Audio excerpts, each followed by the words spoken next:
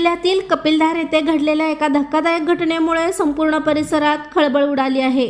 अल्पवयीन मुलीचा विवाह लावला जात असल्याची माहिती मिळताच पोलीस आणि सामाजिक कार्यकर्त्यांनी मंगल कार्यालयात धडक दिली। मात्र पोलिसांना पाहताच नवरदेवाने थेट मंडपातून पलायन केल्याचा प्रकार समोर आला आहे। बीड जवळील कपिलधार येथील एका मंगल कार्यालयात हा विवाह सोहळा सुरू होता। वधू ही अल्पवयीन असल्याची खात्रीशीर माहिती पोलिसांना मिळाल्यानंतर बीड ग्रामीण पोलीस ठाण्याच्या पथकाने सामाजिक कार्यकर्त्यांसह संबंधित ठिकाणी छापा टाकला। तोपर्यंत विवाहाचे विधी पार पडले होते। मात्र पोलिसांची चाहूल लागताच नवरदेवाने कुठलीही प्रतिक्रिया न देता थेट मंडपातून पळ काढला आणि थेट फरार झाला।